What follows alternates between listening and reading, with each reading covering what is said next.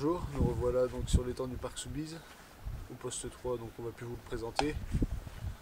Donc on va faire une vidéo différente des autres, quand même en présentant quelques poissons, enfin au moins un poisson qu'on a pu faire cette nuit, avec des bouillettes épicées. Donc je vais vous présenter tout ça, mais on va changer de vidéo. Je vais vous présenter cette fois-ci le matériel, donc les cannes, les moulinets utilisés, depuis de réception, épuisette, etc.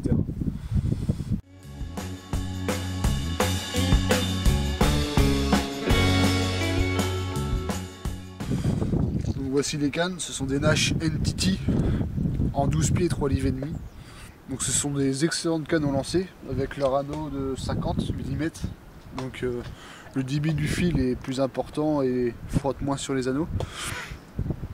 Donc ce sont des cannes relativement raides quand même, surtout sur l'action avec le poisson. Au lancer on retrouve quand même une souplesse avec une très grande réserve. Donc pour moi, il me convient. Ça me fait un jeu de canne avec une puissance et une bonne réserve pour le lancer. Et deux autres cannes que je vais vous montrer après, qui sont moins raides, avec une moins grande réserve, mais sur lesquelles on trouve d'excellentes sensations avec le poisson. Donc les moulinets, ce sont des moulinets de chez Decathlon, des Advent 8000, donc ils ont une grosse capacité de fil, donc pour les pêches de barrage en bateau c'est excellent pour la dépose, mais pour le lancer, avec une grande récupération, plus d'1 mètre.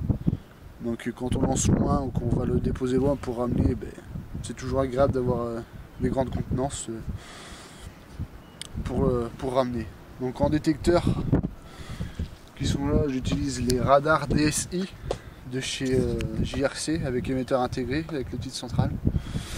Il fonctionne très bien. La centrale a une excellente portée, au moins 200 mètres, testé et approuvé. Avec énormément de modes, silencieux, pas de lumière, les veilleuses, le volume, tout excellent. On va passer maintenant aux deux autres cannes. Donc là, ceci est ma canne et celle-ci, celle de ma copine Cécile, qui m'accompagne et qui filme. Donc je vais vous commencer par ma canne et je finirai par la sienne. Donc c'est une Shinobi Daiwa, 12 pieds 3 livres. Une canne très souple au lancer, mais avec des sensations exceptionnelles avec un poisson.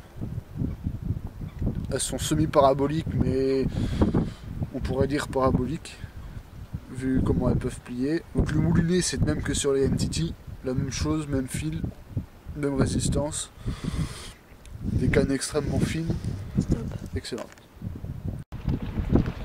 Donc voilà, la deuxième canne, la canne rose, qui a fait de départ cette nuit un poisson. Un poisson a été loupé, enfin bref, elle devait être tankée, c'est la pêche. Donc c'est une canne Prologic Lotus, donc c'est un mélange entre la C1 et la C2, donc c'est une canne relativement souple, mais avec pour la canne, une grande réserve au lancer, ça m'a étonné d'ailleurs. Mais elle est très agréable au lancer, même avec les poissons elle plie vachement bien, on sent bien les coups de tête. Avec les petites finitions en liège là sur le porte-moulinet et sur le pommeau arrière. C'est sympathique, la couleur est assez surprenante. Mais c'est agréable. Les détecteurs ça reste les mêmes que les autres. Même chose, hein. Voilà un petit écureuil fait maison qui fonctionne particulièrement bien. Et la grenouille. Donc voilà un moulinet, donc un emblème S de chez Daiwa. Donc franchement rustique, mais qui fonctionne extrêmement bien, aucun problème pour plonger, la manivelle se casse nickel. Le frein pareil, il y a du fil, les roulements, pas un problème. Avec une grande capacité par tour de manivelle à ramener. Donc pour les longues distances c'est pareil, c'est pratique. J'en ai un deuxième qui me sert pour le spodage, aucun problème. Que ce soit en tresse ou en nylon, ça fonctionne.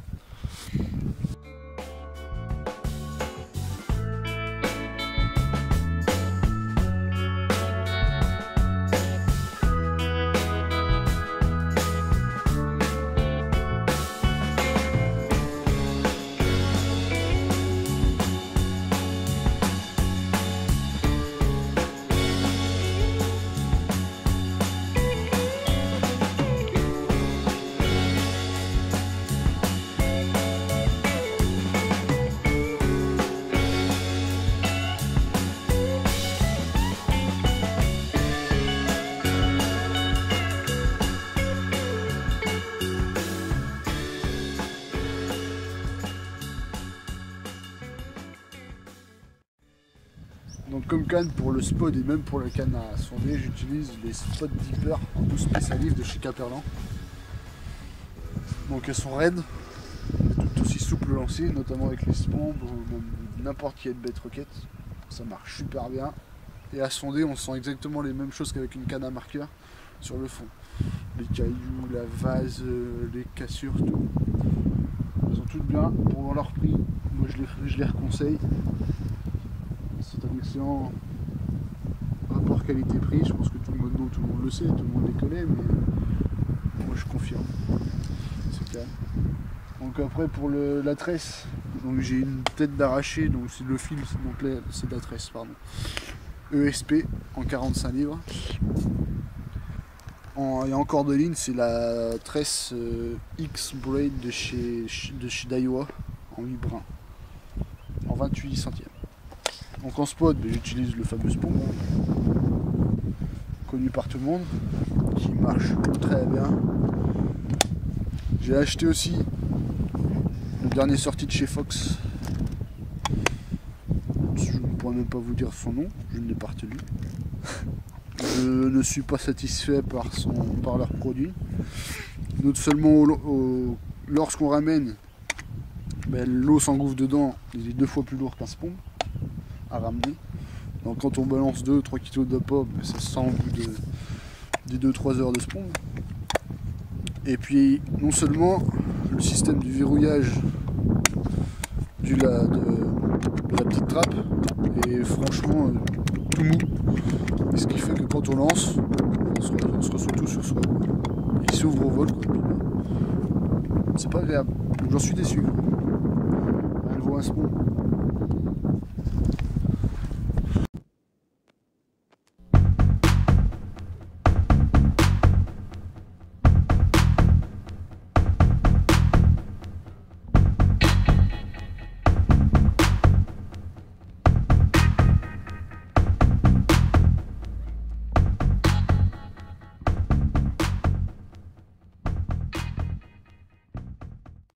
Je vais vous présenter donc maintenant mon matériel de réception. Donc là j'ai commencé par le tapis et après le sac de pesée. Donc c'est un tapis CDE je ne l'ai plus trouvé sur internet, j'ai acheté sur internet, je ne le trouve plus maintenant. Franchement il est bien, il est spacieux. Moi je le trouve relativement épais, le poisson ne peut pas s'abîmer. Il a des petits crochets là qui sont bien pour lorsqu'il y a du vent. Il y a juste à mettre une sardine à chaque coin, puis on n'a pas le problème du vent pour qu'il s'envole. Donc ça c'est excellent. De plus, si un doublé se produit, on peut laisser le poisson en conservation pendant 2-3 minutes dedans, en lui mettant un petit peu d'eau, c'est nickel. Une petite partie pour poser ses genoux sans se salir, sans se mettre de la terre sur les genoux. Pour moi, j'aime bien. Donc ensuite, un sac de pesée, conservation, le fameux sling de chez Trekker, en taille le petit, le L je crois. Bah ça suffit amplement que le XL, hein. Un poisson de 20 kg est passé dedans, sans problème, que ce soit en longueur, en largeur ou en épaisseur, la flottabilité est la même. Il y a de l'espace dedans. Il est robuste.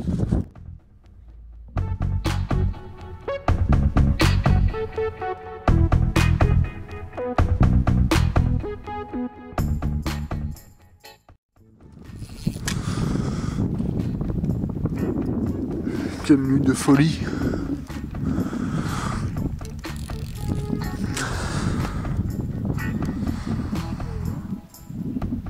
Avec des départs bizarres, des histoires bizarres pour une nuit de janvier. Franchement, ça mord.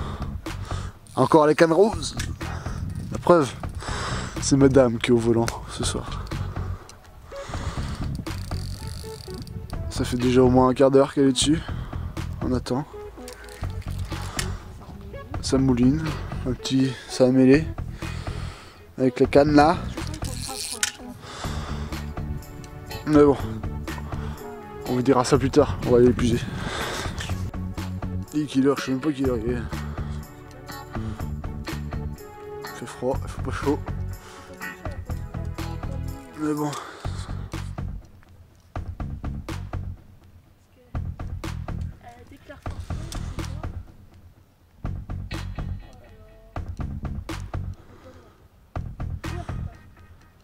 T'arrêtes de jouer avec ton poisson.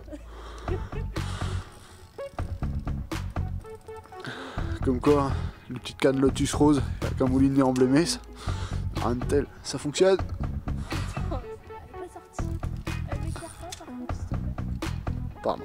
Elle est derrière toi. Ah oui? Ah bah oui. Mais c'est du surgeon, mais non! Oh la galère!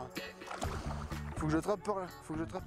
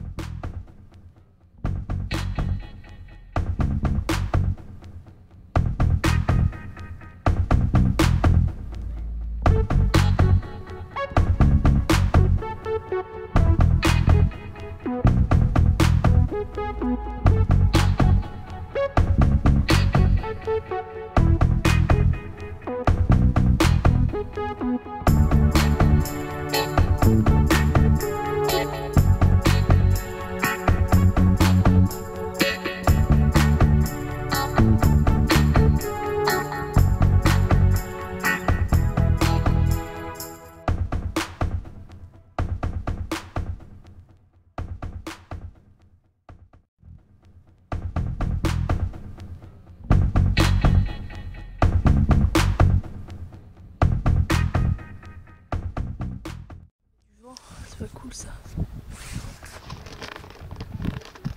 C'est bon. Bonjour, nous revoilà donc. Oh, putain. Tu dis tout le temps les mêmes choses au début. Bonjour. Donc. C'est pas grave.